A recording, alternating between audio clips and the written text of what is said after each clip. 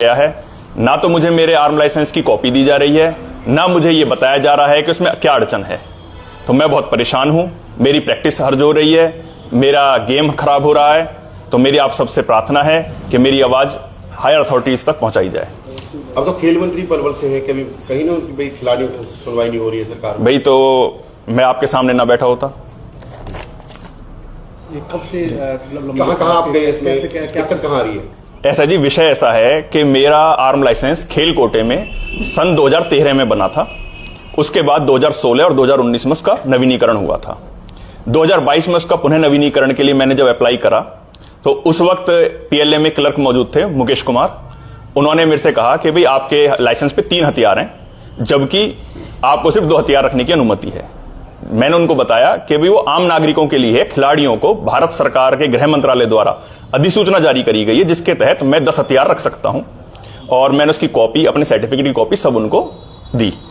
उसके बाद मेरी फाइल चली, पुलिस वेरिफिकेशन वगैरह के बाद जब मैंने उनसे संपर्क करा तो उन्होंने मुझे बताया कि भाई आपको अपना 1 हथियार बेचना पड़ेगा। मैंने उनसे कहा कि जी मैंने आपको सारे कागज दे रखे हैं, तो मुझे नहीं लगता बेचने की कोई आवश्यकता है। तो बोले कि भाई अगर आपको ये 3 हथियार रखने हैं तो आपको सेवा पानी करनी पड़ेगी। और सेवा पानी के नाम पे उन्होंने मुझसे 30,000 रुपए की डिमांड करी। किसने मांगे? मुकेश कुमार क्लर्क ने जी। ये एसडीएम ऑफिस में क्लर्क थे उस टाइम पे 2022 में। तो उसके बाद शशि वसुंधरा जी एसडीएम थी जी। मैं उनसे मिला, मैंने उनको बताया कि जी मेरा ऐसा लाइसेंस है। उन्होंने मेरे सामने ही पीएलए को बुला के और उसको बोला कि इनकी फाइल पुटअप करो। जब मैं मैडम के कमरे से बाहर निकला तो क्लर्क बोला कोई बात नहीं, अब आप लाइसेंस रिन्यू करवा के दिखा देना। तो मुझे भी था मेरे सारे कागज पूरे हैं तो ऐसी कोई आपत्ति आनी नहीं चाहिए। पर उसके बाद क्या हुआ कि मैं जाऊं, मैडम से मिलूं, उसके बाद मैडम का ट्रांसफर हो गया, नरेंद्र जी एसडीएम आ गए। जिस भी अधिकारी से मैं मिलूं वो हाँ करता, मतलब विषय कोई क्लियर नहीं कर रहा था, मना भी नहीं करते और मेरे को मेरा लाइसेंस भी नहीं मिलता। हाँ, चक्कर पे चक्कर लगे जी। और जाके 2024 में जब मैंने ज्यादा बातचीत करी, सुप्रिटेंडेंट वगैरह कई और अधिकारियों से और मिला, मैंने फिर शिकायत करी, तो जाके मुझे पता चला कि भाई मेरे लाइसेंस पे एक ऑब्जेक्शन लगाई हुई है 3 हथियारों की, जो उन्होंने मेरे से वर्बली बोला था। और कोई भी ऑब्जेक्शन जो लगती है ना, उसकी 2 कॉपी होती है जी, एक ऑफिस कॉपी और एक संबंधित व्यक्ति को दी जाती है। दोनों कॉपी उसी फाइल में थी, जिस पर मेरे द्वारा ये कहा गया कि भाई आपने अगर कोई ऑब्जेक्शन थी तो आपने मुझे दी क्यों नहीं अभी तक। और वहीं जो सुप्रिटेंडेंट महोदय थे, मैंने उनको भी बताया कि मेरे ऐसे खेल का है। तो पहले तो मुकेश कुमार ने यह कहा कि भाई आपका लाइसेंस जो है वो खेल कोटे का है ही नहीं। उस पर फिर जब फाइलें वगैरह खोली गई, क्योंकि इनका भी एक लाइसेंस का रजिस्टर होता है जिसमें पूरा विषय दर्ज होता है कि भाई लाइसेंस कैसे बना, कब बना, उस पर कौन कौन से हथियार दर्ज हैं। तो उस पर खेल कोटा मिल गया। मैंने कहा जी देख लो, खेल कोटे में बना हुआ है मेरा लाइसेंस। तो उसके बाद वो मुकेश कुमार ये बोला कि जी इनका जब लाइसेंस बना है ना, तो इनकी वेरिफिकेशन नहीं हुई सर्टिफिकेटों की, इनकी वेरिफिकेशन करवाई जाए। तो मैंने उस पर यह कहा, मैंने कहा जी जब लाइसेंस बना था तो आपको लगता है एक आईएएस अधिकारी ने ये लाइसेंस बनाया है, उन्होंने बिना किसी वेरिफिकेशन के, जांच पड़ताल के बना दिया। इस पर मुकेश कुमार ने वहीं ये कहा कि भाई ये डीसी तो ऐसे बना देते हैं और हम तो वेरिफिकेशन करवाएंगे। उसके तहत मैं कई और अधिकारियों से मिला उस वक्त के, तो सबने मेरे को यही समझाया कि शांतनु आपको वेरिफिकेशन होने से ऐतराज क्या है, आप वेरिफिकेशन हो जाने दो। मैंने उनसे तब भी ये कहा था, मैंने कहा जी ये केवल मैंने इसको रिश्वत जो नहीं दी उसके लिए मेरे मामले को लंबित कर रहा है, टरकाने वाला मामला है। 2 साल इसको हो चुके हैं, 2024 आ गया। वही भी वेरिफिकेशन अगर इसको करवानी थी तो जब 2022 में मैंने अप्लाई करा तभी क्यों नहीं करवाई? आज 2 साल बाद किस वेरिफिकेशन किसको याद आ रही है? पर चूंकि सभी ने मेरे से ये कहा कि जी आप वेरिफिकेशन हो जाने दो, हमेशा के लिए आपके लिए अच्छा रहेगा, तो भाई मेरे को भी संतोष करना पड़ा और उन्होंने वेरिफिकेशन के लिए, आप ये समझिए 18 जुलाई 2024 को पहला पत्र हमारी राष्ट्रीय राइफल संघ जो संस्था है उसको लिखा कि भाई मैं किस स्तर का खिलाड़ी हूं, मेरे पास वेरिफिकेशन जो मेरे सर्टिफिकेट्स की कि भाई सर्टिफिकेट ओरिजिनल है या नकली है, उसकी उन्होंने भेजी। जिसका जवाब 2 सितंबर 2024 को संघ के द्वारा हमारे राष्ट्रीय राइफल संघ ने भेज दिया, जिसमें मेरे सारे सर्टिफिकेट ओरिजिनल थे और उन्होंने रिनाउंड शॉट कैटेगरी भी मेरी मेंशन कर दी। अब भारत सरकार का जो गजट है वो हिंदी और अंग्रेजी 2 भाषाओं में है। उसमें सारी कैटेगरियां विस्तार पूर्वक लिख रही हैं कि कौन सा खिलाड़ी किस स्तर का होगा, उसको कौन कौन से हथियार अलाउड हैं, उसका एरिया वैलिडिटी क्या होगी, उसमें एम्युनिशन क्या होगा, सारा कुछ है। अब जब वो आ गई तो ये बोला कि नहीं इनके हथियारों की जांच और करवाओ कि क्या ये हथियार रख सकते हैं। जिस पर मैंने ये कहा, मैंने कहा भाई अब तुम ना मामले को ज्यादा वो कर रहे हो। जब आपको अगर कोई भी आपत्ति थी तो मैं ये समझता हूं कोई भी आपत्ति एक ही लेटर में लिखी जाती है, बार बार लेटर नहीं लिखे जाते कि अब इसका जवाब दे दो, अब उसका जवाब दे दो। अगर आपको जो जो आपत्तियां थी, जब आपने जुलाई में पहला लेटर लिखा उसी में सारी चीजें मेंशन क्यों नहीं करी? पर जी ये नहीं माने और इन्होंने फिर एक दूसरा लेटर मेरे हथियारों के विषय में दोबारा से राष्ट्रीय राइफल संघ को लिख दिया। जबकि मैंने उनको गजट भी पढ़ाया कि भाई इसमें देखो सारा कुछ लिखा हुआ है, रिनाउंड शॉट कौन कौन से वेपन रख सकता है, पर उन्होंने हिंदी इंग्लिश दोनों ही भाषाओं में लिखा होने के बावजूद उस गजट को पढ़ने और समझने से बिल्कुल मना कर दिया कि जी हमारी समझ में नहीं आ रहा, हम तो लेटर लिखेंगे। ठीक है जी, उन्होंने लेटर लिख दिया। अब उस लेटर का जवाब भी इनको फरवरी माह में प्राप्त हो चुका है और मेरी सारी ऑब्जेक्शंस क्लियर हो चुकी हैं।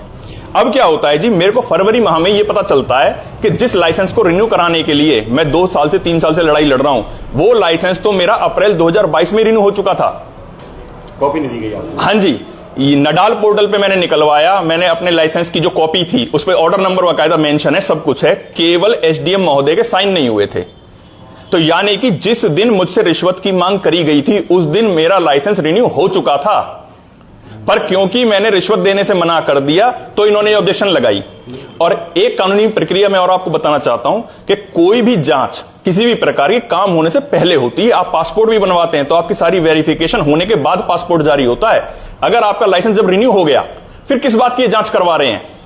रिश्वत के लिए करवा रहे हैं? हाँ जी बिल्कुल। उसके बाद जी जब मेरे को सारी बात पता चली, मैंने सारे कागज इकट्ठा करे।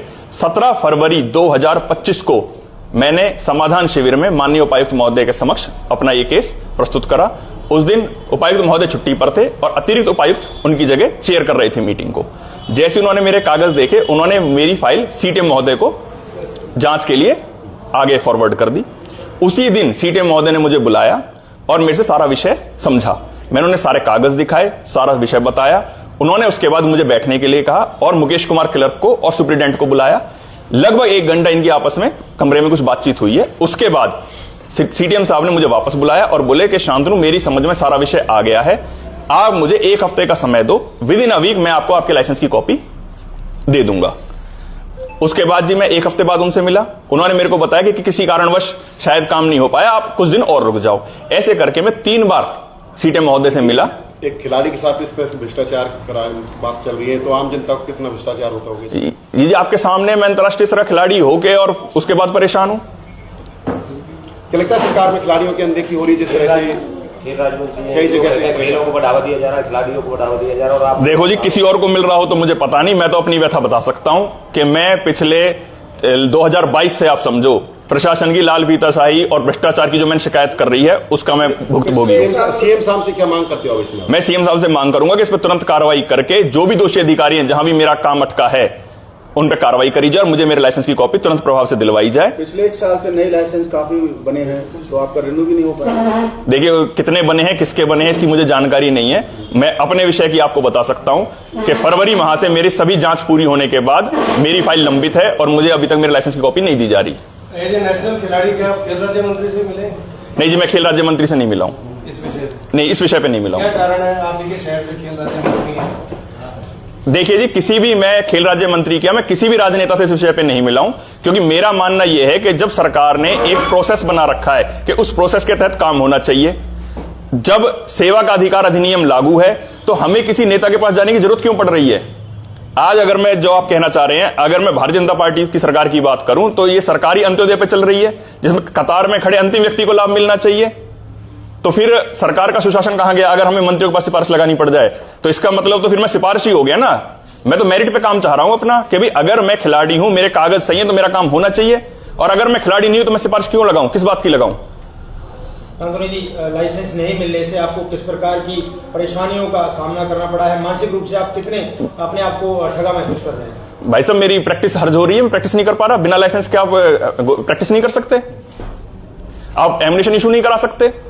जब गोलियां इशू नहीं होंगी आप चलाओगे क्या? नहीं, अगर इस प्रकार से खिलाड़ी को दफ्तरों के चक्कर काटने पड़ते हैं तो क्या खेल को इस प्रकार से आगे बढ़ावा मिल सकता है? देखिए, मैं बताना चाहूंगा कि ऐसे कारणों से खिलाड़ी हतोत्साहित होते हैं, उनका खेल प्रभावित होता है और अंतर्राष्ट्रीय स्तर पे हमारा देश पदकों से चूकता है। ये ऐसी गलतियां होती हैं। भाई, मैं ये देखता हूं कि आज हमारे माननीय प्रधानमंत्री जी खिलाड़ियों से पदक जीतने से पहले भी मिल रहे हैं, पदक जीतने के बाद भी मिल रहे हैं, इतना उनका प्रोत्साहन दे रहे हैं, और यहां जिला स्तर पे नीचे काम ये चल रहा है। तो मैं तो संज्ञान में लाना चाहता हूं कि उनको इस पर एक्शन लेना चाहिए। तो फाइल फिलहाल कहां पर रखी है आपकी? फाइल इस वक्त जी माननीय उपायुक्त महोदय के पास लंबित है, फरवरी 2025 से। हाँ जी, उनसे मैं मिला था। उनसे मैं 19 मार्च को मिला था, तो उन्होंने मेरे से कहा कि मुझे पता ही नहीं है, मुझे तो आप अब बता रहे हो, मैं इस पे देखता हूं, करता हूं, और उसके बाद अभी तक कुछ भी नहीं। कितना समय हो गया? आज दिसंबर है जी, आज जब मैं आपके सामने बैठा हूं 2 दिसंबर की तारीख है, फरवरी से आप लगा लो। आपकी अगर समस्या का हल नहीं निकलता है तो क्या आप कोर्ट का रुख? हाँ जी, मैं इसके बाद आपके संज्ञान में लाना चाहता हूं कि ये बात तो मैं बताना चाह रहा हूं कि भाई किस तरीके से खिलाड़ियों को परेशान करा जा रहा है। अगर मेरा हल नहीं निकलता तो मैं माननीय उच्च न्यायालय पंजाब हरियाणा में अपील लगाने वाला हूं और मैं माननीय न्यायाधीश से इस बात की गुहार लगाऊंगा कि मेरे को ऐसे परेशान करा जा रहा है और दिशा निर्देश दिए जाएं जिला प्रशासन को। केवल रिश्वत ना देने की वजह से आपका काम रुका हुआ? जी, और कोई कारण मेरी समझ में नहीं आ रहा। भाई जो भी ऑब्जेक्शन थी उन्होंने वो लगाई तो रिश्वत की वजह से ही थी, पर चलो अगर हम उन्हें भी सही मान लें तो वो सब हो गए फरवरी 2025 में सब कुछ क्लियर हो चुका है। आज दिसंबर तक क्यों नहीं दी जा रही? क्योंकि रिश्वत की जो मेरी जांच है, जो कार्रवाई वो माननीय लोकायुक्त महोदय के यहाँ चल रही है। शांतनु जी, क्या आपका कोई पर्सनल किसी से कोई विवाद तो नहीं है? नहीं, मेरा पर्सनल, मेरा जी निजी किसी से कोई विवाद नहीं है। रिश्वत आपसे क्लर्क ने मांगी, क्लर्क जी। उस सीट पर रहा नहीं, फिर क्या जी। कारण है जो अभी भी नहीं होगा? सर, क्लर्क उस सीट से मई महीने में हटाया गया है, मई 2025 में, फरवरी में जबकि मेरी सारी कार्रवाई पूरी हो चुकी है। तो या तो भाई मेरे को लगता है कि कोई बड़ा आदमी उसको संरक्षण दे रहा है, उसको बचाने के लिए मेरे को परेशान करा जा रहा है, क्योंकि मैंने लोकायुक्त महोदय के यहाँ जो कंप्लेंट कर रखी है, शायद इस चीज का दबाव मुझ पर बनाया जा रहा है कि मैं उस कंप्लेंट को वापस ले लूं। तो क्या लग रहा है आपको, कोई राजनीतिक दबाव भी है किसी प्रकार का? देखिए, जिस विषय में मेरे को कोई ठोस सबूत ना हो मैं उसको कहना जरूरी नहीं समझता। अब ये तो जिन्होंने फाइल रोकी है वो बताएंगे कि राजनीतिक दबाव है, सामाजिक दबाव है या कोई और कारण है। तो ये तो मैं आप लोगों से अपील करूंगा कि एक बार आप उनसे भी पूछें कि भाई वो, मैंने एक चीज बताई है, अब उसका उत्तर तो वो देंगे कि भाई क्यों रोक रखा है। सीएम साहब भी कई बार बलबला चुके हैं, क्या आपने उनसे मिलने का प्रयास किया? सर, जैसा मैंने आपको बताया कि मैं किसी भी राजनेता से अभी तक इस विषय पे नहीं मिला हूं, क्योंकि मेरा मानना यह है कि जब गृह मंत्रालय जैसी संस्था एक शासकीय गजट, ये देखिए आपके सामने है, ये जारी करती है, और ये इसीलिए जारी करा जाता है कि कोई भी खिलाड़ी परेशान ना हो, सारी चीजें इसमें इंग्लिश और हिंदी दोनों भाषाओं में है। एक व्यवस्था बनाई गई, उस व्यवस्था के अंतर्गत काम क्यों नहीं हो रहा है? जब दो भाषाओं में ये चीज आपके सामने प्रस्तुत है तो आप उसके सर्टिफिकेट देखिए और इससे मिलान करिए कि वो किस स्तर का है। उसके बाद भी चिट्ठीबाजी, उसके बाद भी परेशानी। तो मैं तो उस व्यवस्था को देखना चाह रहा हूं कि एक आम खिलाड़ी को कितना परेशान करा जा सकता है। व्यक्तिगत तौर से किसी पार्टी से आप जुड़े हो या किसी के विरोध में हो? देखिए जी, फिलहाल की डेट में ना तो मैं किसी राजनीतिक पार्टी से जुड़ा हुआ हूं और ना मैं किसी के विरोध में, ना किसी के पक्ष में। दूसरी बात, ये मेरा एक निजी काम है, मैं एक खिलाड़ी हूं, खिलाड़ियों के लिए सरकार बहुत सा प्रोत्साहन दे रही है, तो फिर वो मेरे से अछूता क्यों है? मैं क्यों इस मार को सह रहा हूं? अगर आपकी सुनवाई होती है आगे क्या करेंगे आप? जी, मैंने अभी बताया कि अगर मेरी सुनवाई नहीं होती है तो माननीय उच्च न्यायालय पंजाब हरियाणा में अपील लगाऊंगा।